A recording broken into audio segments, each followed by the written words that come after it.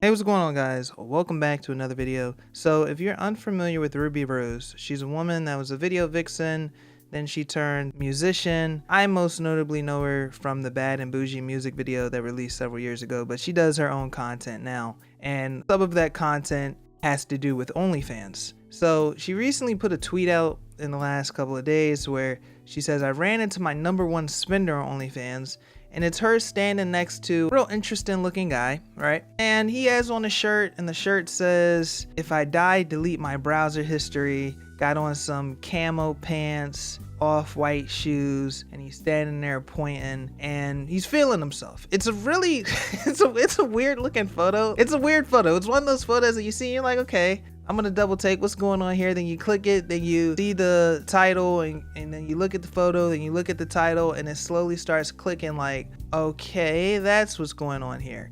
And it has 128 million views on Twitter. Then the second picture is him showing his account. His thing says, "Crypto whale looking for a queen." It shows that he's been subscribed for 1 month, and in that 1 month, he's dropped $62,000. I'm gonna be honest with you, right? The part that makes me scratch my head, because Ruby Rose is doing music, I don't think she's gonna be busting it open like that chick that may be working at McDonald's or the chick that may be working at the mall. That really is like, hey, I want to sit in the crib. I don't want to keep showing up and doing this. That looks pretty good, right? I don't think the quality of the OnlyFans, this is crazy, but I don't think the quality of the OnlyFans are going to be the same. So when you're seeing the $62,000, it really makes you sit back and it makes you scratch your head and wonder, what could that possibly be spent on? Because again, I mean, is Ruby doing these vids and like busting open the Rose and busting open the 9-inch BBC Kong and just watermarking it so his name is in there so he can't pass that joint out? Like, what is 62,000 really getting him?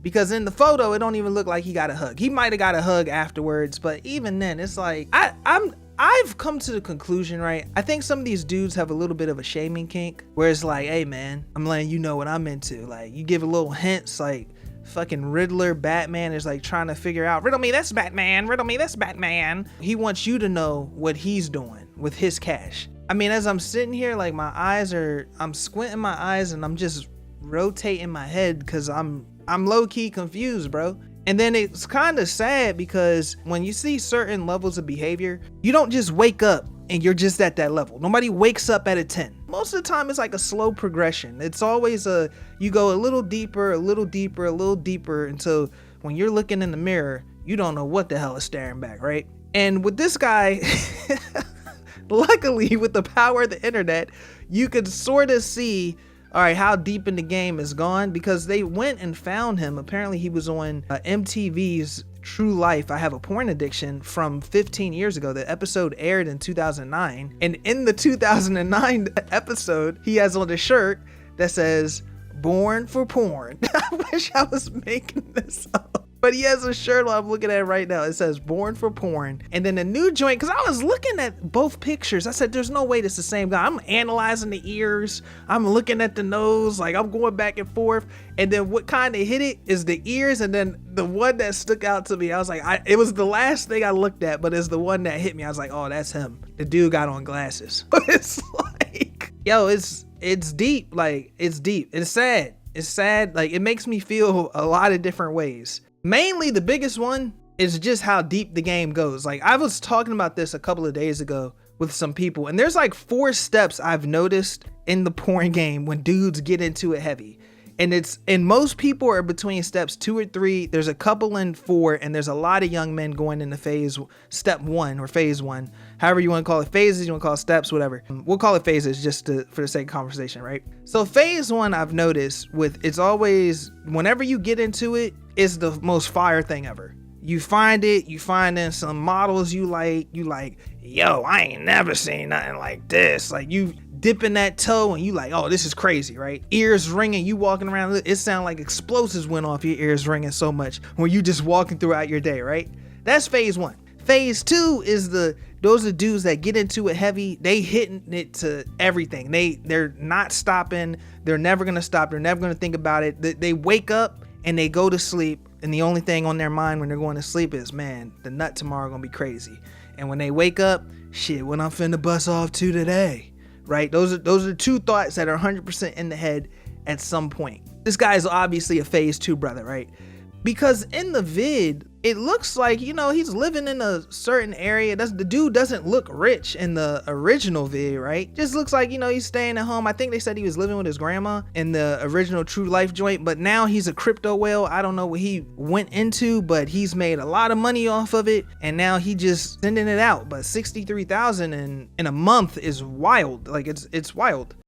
So we're going to pause it right here for a moment because I actually found a website from back in 2010 that another person had wrote about the episode and gave a little bit of insight of what was going on in the episode. So let's read this and see if we can put more together about this guy. He says, the other night while flipping through the channels, I caught about 2 minutes of the MTV show True Life. The episode topic was I'm addicted to porn. And as you can imagine, the men featured in it were real winners. Brandon is 26, addicted to porn and lives with his grandmother. He feels that his porn addiction is hampering his possibility of a relationship with women because porn allows him to enjoy women without dealing with the drama that comes with them. I'm figuring he favors straight up and get right to it porn as opposed to porn that attempts a plot. Just a guess.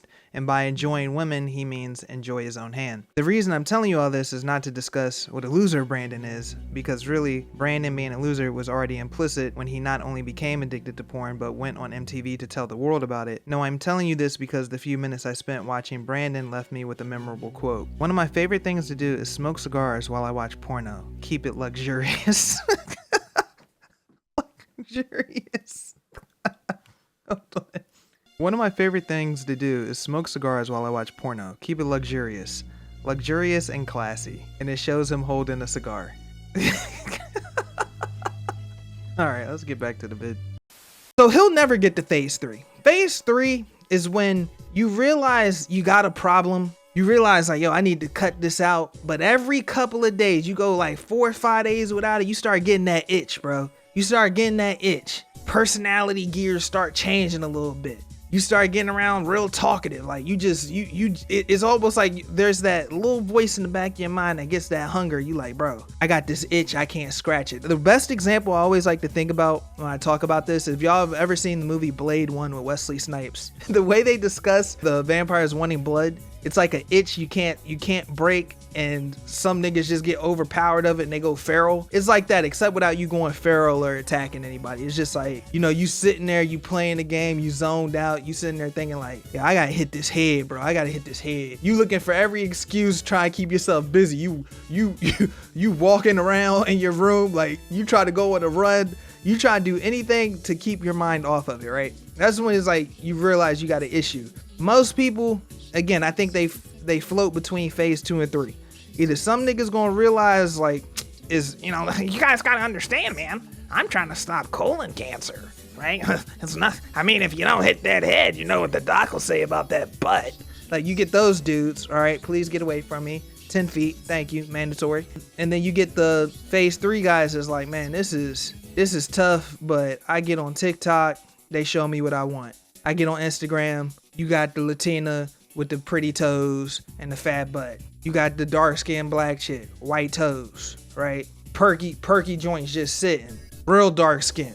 It's like every app, it don't matter what app you go to, even on YouTube. What videos do you guys randomly see on the shorts? It'll be like volleyball or random runway videos. You watch one of them joints, it's like, hey, got something for you. You start seeing 5 to 10 more. And then phase 4 is the freedom one. That's the one that you don't really see too many people here. Like, out of people that I talk to, I only know one person that's phase 4 where they got out of it. They're trying to stop people from ever getting into it, right? And the reality is, you take a dude that's in phase 1, he feel like he found the best thing in the world. Hey, it's almost like, as they say, the canon event. You got to go through it. But most people gonna float between 2 and 3. That's how I personally feel. I think this guy is definitely a phase 2.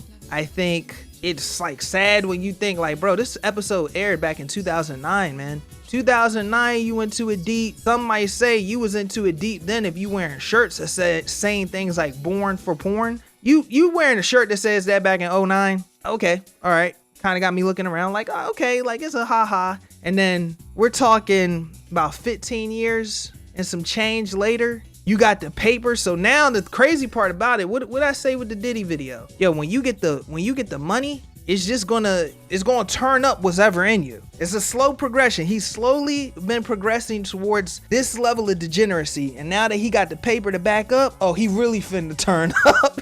Like he's really finna put the behavior into an overdrive. And I also think, like, they haven't interviewed this guy. I'm curious if in the coming weeks somebody's gonna sit down and interview this guy, because I want to hear the story. I don't think I'm gonna go back and find the episode of True Life, I'm Addicted to Porn, and see what he has to say on there. But if they do, like, you see him on Adam 22 in a couple weeks or something like that, I think I'm gonna sit down and watch it, because I also wonder if there's a little bit of a shaming kink. Because it's like, normally I feel like with most people, right, you want to keep the degeneracy, you want to keep the thing that you're into, you want to keep it private, right? Like, whatever that one thing, it's always I've heard people talk about this, but there's like 3 ways we show ourselves to the world. You got like the public face, you got the face that you show close friends, and then you got the private joint that only you know about.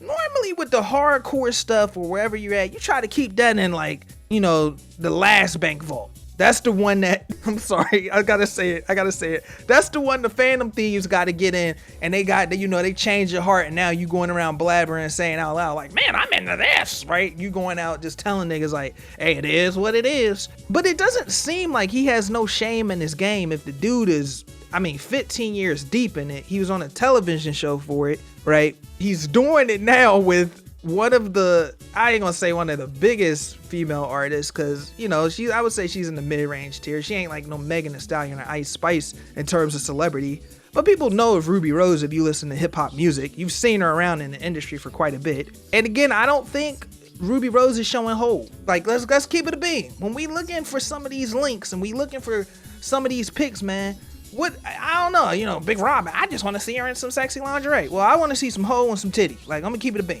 So I just don't see you dropping 60 racks and you're like, Ruby, I need you to bend over and hold it open and look back. I don't think you're directing out orders and she's sending out the private pic just to you. Don't show this one out, tee-hee. Like, I just don't think that's happening. I don't think that's happening. So I think some of these dudes have a shaming kink as well, bro, because this isn't the first time this has happened either. There was another dude that dropped 10 racks, and I think it was a white girl, and it was a tall, fat white guy, and he got a hug on this thing. And then some people trying to spin it like, nah, the 10 bands was like, because he probably got the smasher too. Then I heard other dudes say the boyfriend was the one holding the camera taking the picture. I don't know, man, but I feel like sometimes you gotta see stuff like this and it's like a little bit of an eye-opener. Like, if you deep in the game, like, this is the type of shit that if you're a phase 2 guy, you're not thinking about it. You're just like, man, 8 a.m. time to hit that head and get the day started. I need my morning blunt and my morning nut. Like, you're running around like this. I feel like if you're a phase 2 type dude, you may sit up and think like, you know, I'll take the morning blunt, but I don't know about that morning nut. And then that's when phase 3, you start getting that itch. That's when that demon has been following you around says like, hold on, you think you're gonna be better? Oh no, that's not in the cards for you, brother. Start scratching the back of your neck nonstop and shit. You try to do push-ups and squats up in the crib, take cold showers nonstop. You get out in 20 minutes again, you start getting the itch again. It's like, I can't sit in the cold shower all day. Like, what am I gonna do? Start reading the Bible and praying to God, doing God's prayer every hour on the hour type. I almost cursed, but every hour on the hour type beat, you know? Y'all know I don't like to curse, and you know, I do be cursing, but I don't like to curse and then put the God in at the same time. I feel like I get to the big man, he'll be like, yo, so what was that about? Explain that one to me. You're gonna explain a lot in this conversation, but let's start with something light. It's like